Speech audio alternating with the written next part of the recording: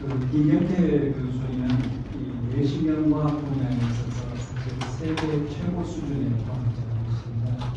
그래서 오늘 강의를 다니는 날마다 들을 수 있는 그런 아닙니다.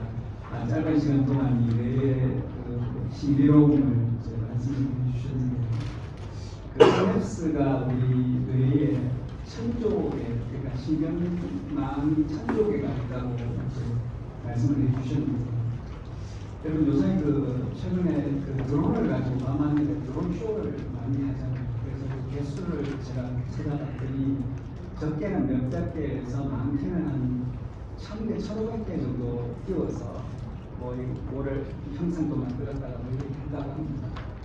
그런데 우리가 1000조 개의 드론을 밤하늘에 띄웠다라고 한번 생각을 해보세요. 이게 1000조 개라는 건 우리가 많이 1000조 개지 사실 접근 불가능한 숫자입니다. 어쨌거나 이 1000조 개의 드론이 밤하늘에 떠 있고 그 각각마다 다른 색깔을 다른 강도로 끊임없이 변화를 하고 있다라고 한번 생각을 해보시면 그 하늘이 얼마나 아름답겠습니까? 그렇죠? 이게 거기서부터 나올 수 있는 이 정보의 양이라는 것은 상상할 수 없을 만큼 많이 나올 수 있지 않습니까? 그리고 우리가 한번 상상해 볼 수가 있을 것 같습니다. 이 뇌는 다른 우리 몸의 조직과 비교해서 굉장히 특이한 점이 있는데, 다른 조직들은 우리가 물질적으로 이해할 수가 좀 있습니다. 예를 들어서 혈당이 높다, 당뇨가 있잖아요. 그러면 이제 당이 얼마나 높은지, 당이 어떻게 흡수가 되는지 이걸 물질적으로 접근이 가능해요. 그런데 뇌는 우리 김경태 교수님 말씀하신 것처럼 화학적 신호, 전기적 신호들이 쫙 왔다 갔다 하는데 그 마지막 산물은 뭐냐 하면 물질이 아니고 우리가 추상적으로 느낄 수 있는 결과물입니다. 그러니까 우리가 인지를 한다, 느낀다, 감정을 느낀다, 학습을 한다, 기억을 한다. 이거 전부 추상적인 것들이거든요. 그러니까 물질의 변화가 끝에서 완전 퀀텀 점프를 해서 추상적인 걸로 변화가 되는데, 이 과정을 아무도 알 수 없다는 거죠. 또 현대 자연과학적인 방법으로 그것은 접근이 불가능해요. 그래서 우리가 알 수가 있는 것은 아까 해마도 이야기하셨고, 어떤 부분이 망가지면은 어떤 기능이 망가졌다, 이 정도는 알지만 이 부분이 어떻게 그런 추상적인 결과물을 나타내는가 알 수가 없죠. 그래서 이제 어떤 과학자들이 이야기를 하는 게, 예를 들어서 우리가 눈을 감더라도 이 안에 있는 어떤 시냅스든지 신경을 우리가 조절을 할 수가 있다는, 눈을 감은 채도 다 똑같이 볼 수 있을지도 모른다, 이런 이야기를 하시더라고요. 그만큼 이제 뇌는 복잡합니다.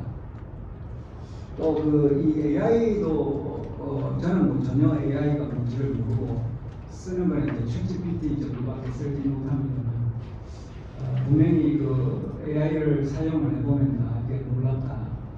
그러니까 인터넷 검색 시대를 뛰어넘어서 그 검색을 해야 되는 것까지 다 결론적으로 제공을 하는 그런 시대가 되었고, 이게 사용 목적은 아마 굉장히 다양하게 변화할 것 같고, 그리고 이 AI라는 시스템을 뇌의 신경망을 통해서 이제 좀 접근을 하고 많이 응용을 하는가, 이런 걸 이제 알게 되는데, 과연 우리 차세대 아이들, 그때 되면 이제 AI가 보편화가 되지 않겠습니까?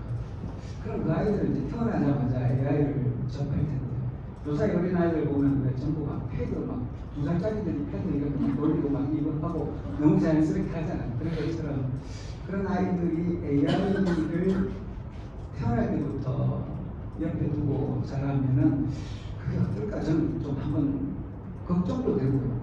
굉장히 좋은 면도 있을 것 같은데, 과연 그런 시대가 왔었을 때 우리 사람의 삶이 어떻게 변할까? 분명히 좋은 면도 엄청 많을 거고, 많아지는 것도 있을 거고, 또 나빠지는 것도 굉장히 많이 있을 것 같습니다.